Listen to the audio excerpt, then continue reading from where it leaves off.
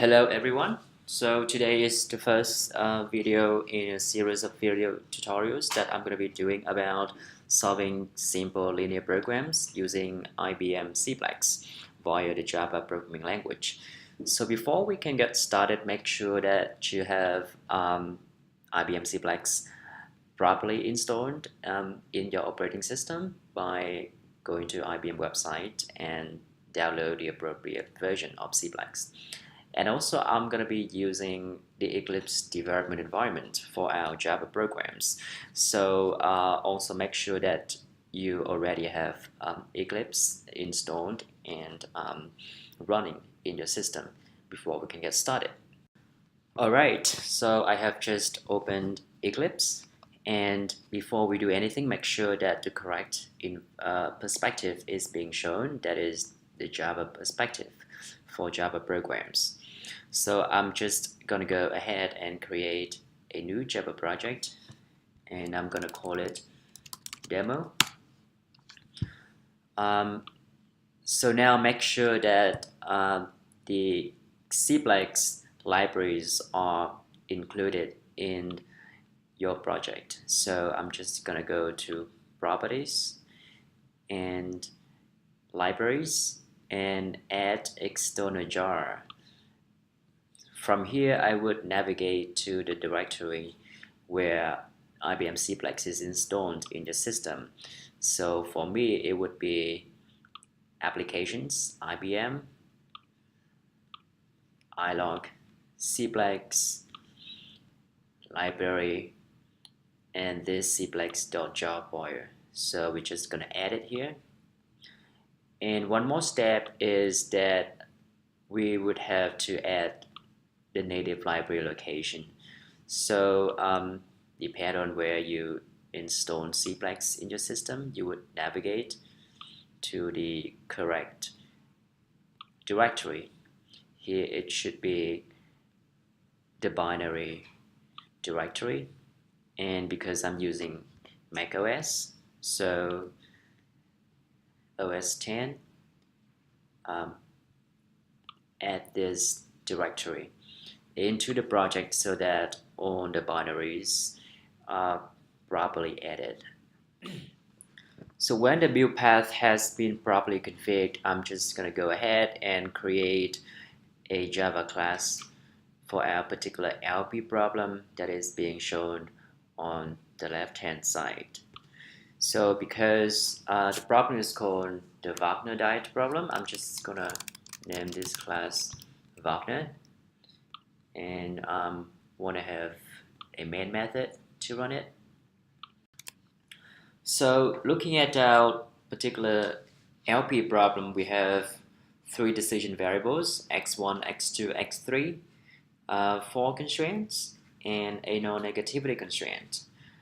So I'm just gonna go ahead and create a method called solve model to solve this simple LP problem. So this method would have these arguments. N is the number of decision variables, M is the number of constraints, and of course we're gonna have a multi-dimensional array A to represent the coefficient matrix of our 4 constraints, and also an array called B to represent the right hand side or the domain of our constraints. And also don't forget the cost vector C that are the coefficient of the objective function. So now I have created an empty method, and before we can do anything with CPLEX, we have to import all the libraries that we're going to be using. So I'm just going to import ilog concert for model creation and ilog CPLEX for solving the model.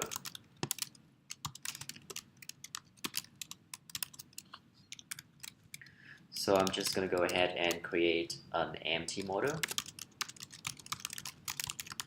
called model.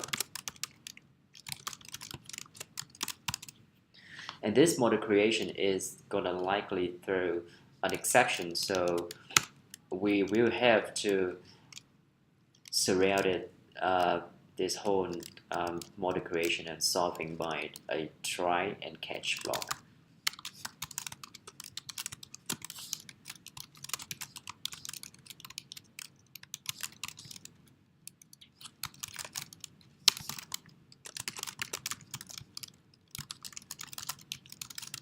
So if it throws an exception, we're just gonna print the whole stack trace.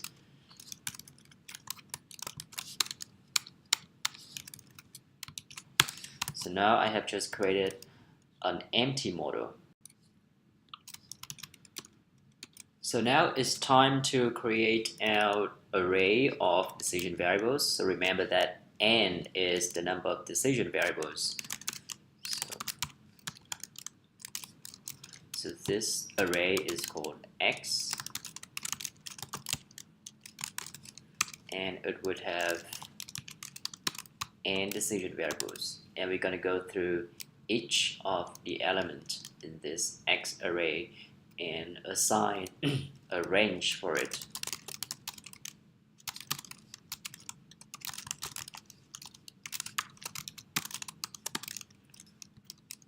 So each xi is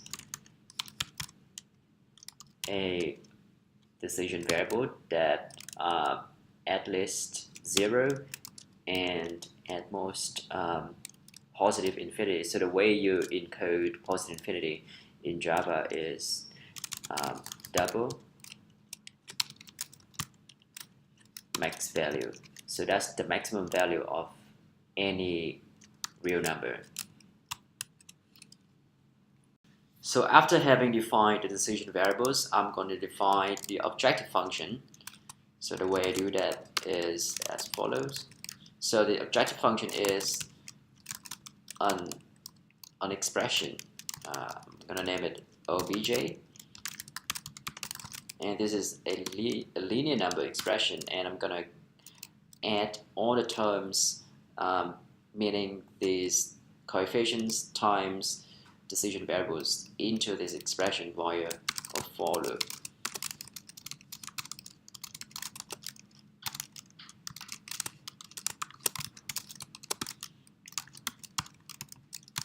So I'm going to add terms. So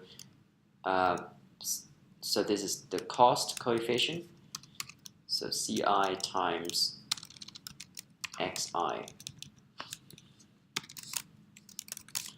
So this is just an expression, basically the sum, and our objective function is to minimize that sum. So in order to complete defining an objective function, you have to add this minimization of this expression into the model. So we have to add minimization and objective function. So the next step is to define the constraints, and remember that m is the number of constraints, so I'm just going to define them one by one via a for loop.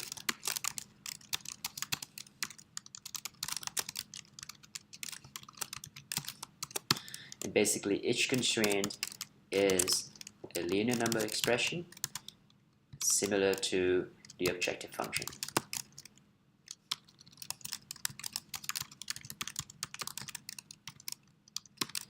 And I'm just going to add term by term into this constraint via a second for loop, so also similarly to the objective function. So these are the terms of the constraints, are basically the coefficients in the matrix A multiplied by the decision variables axis. And remember that we have n decision variables, so the second loop ranges from 0 to n minus 1.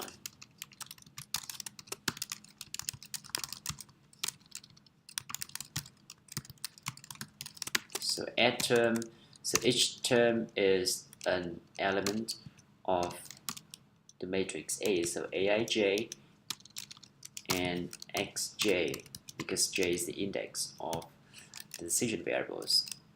So right here, the constraint is not yet a constraint because it's just basically an expression, a summation.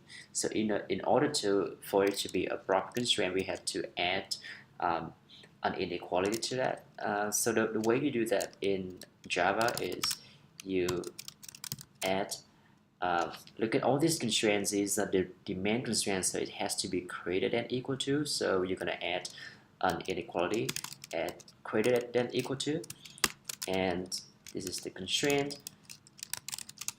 And the right hand side is the demand vector b. So b I.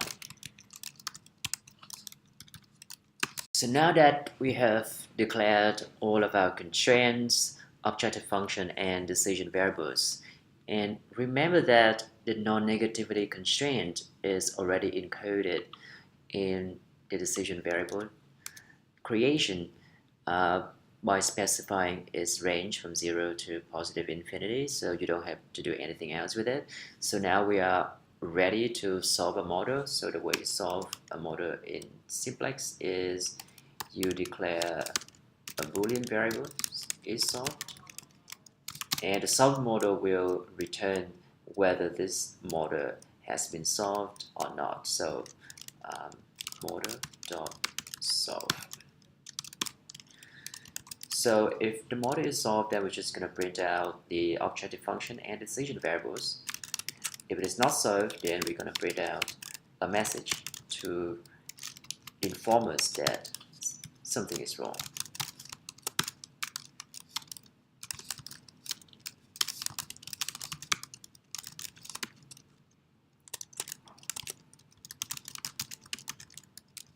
So model not solved is our message. So if the model is solved, we would like to retrieve the objective value.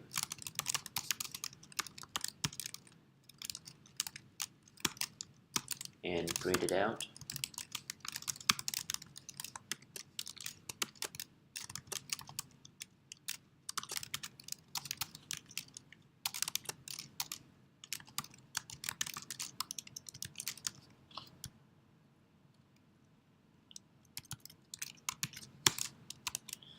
And we're going to go through all the n variables and print out the optimal values of the decision variables.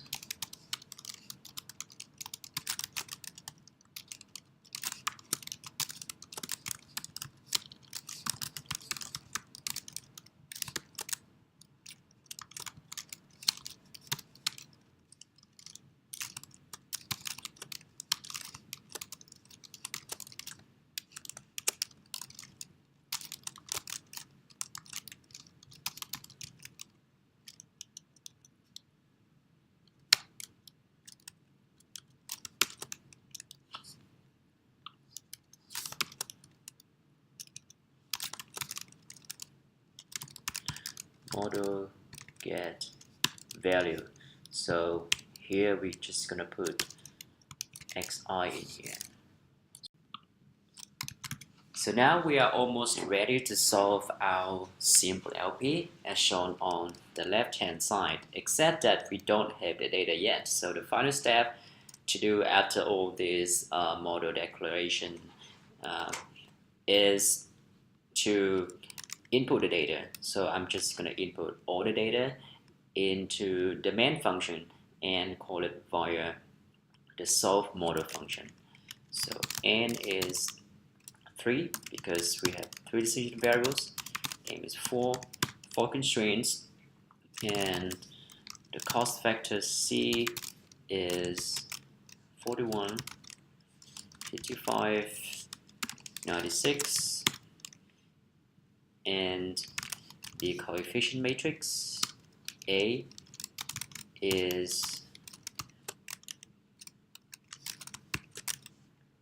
2, 3, 7, 1, 1, 0, 530 0.6 0.25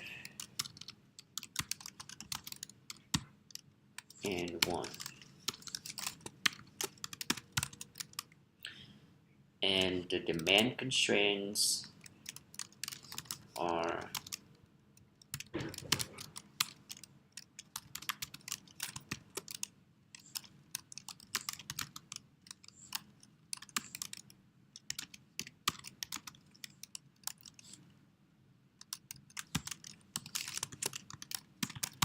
and now we are finally ready to solve it. We're just gonna call solve model with all of our input.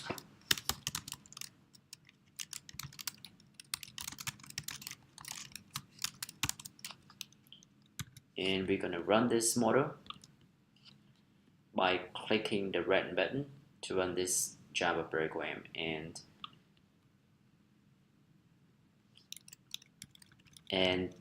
the output is shown in the console. As you can see, the objective function is this much, and each of the decision variables x1, x2, x3 is this much. So after having solved the linear program, we want to ask the questions: which constraints are binding and which ones are non-binding, and we would also like to do sensitivity analysis of the outcome. So in order to do that, I'm going to create a list to contain all these constraints, idle range, and I'm going to call this list constraints.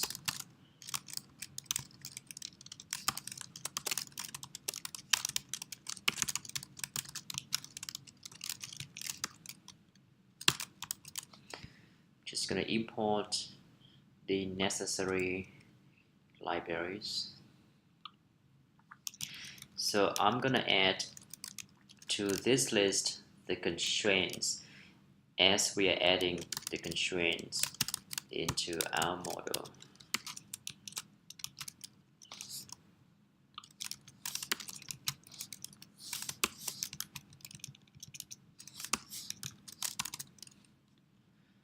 So to check if a constraint is binding or non-binding, we're just going to iterate through the list of constraints and check for the slack variable.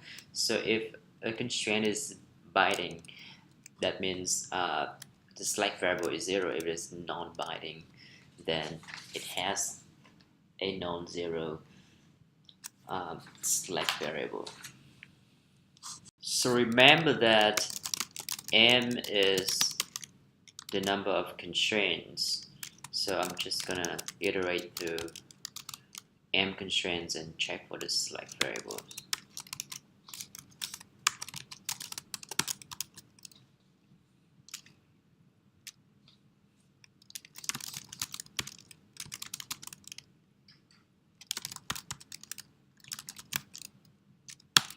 Get slack constraints, get index I.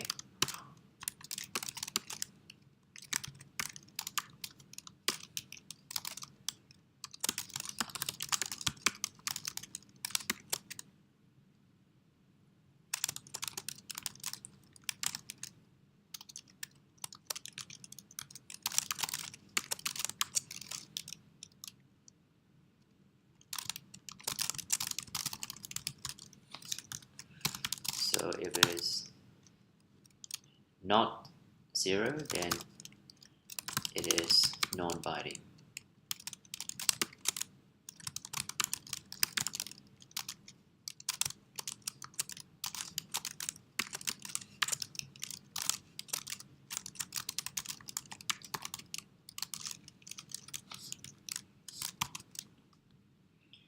I'm just going to run again and see what constraints are binding and which ones are non-binding. So as the results show, constraints 3 is non-binding and the rest are met with equality. I want to get the shadow prices of the constraints. In order to do that, I'm just going to get the dual of each of the constraints. get doer.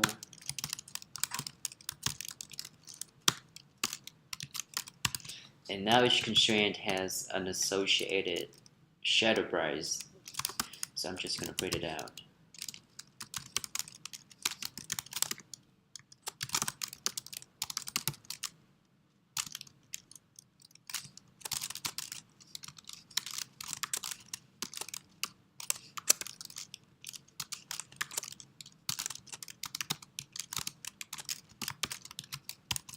Now if I run the model again, it will print out all the shadow prices. Now you see that shadow price of constraint 1 is about 8, of constraint 2 is about 1, and constraint 3 is 0, and 4 is 40. If we want to get the reduced costs of the decision variables, then we can just easily print it out within the for loop of the decision variables.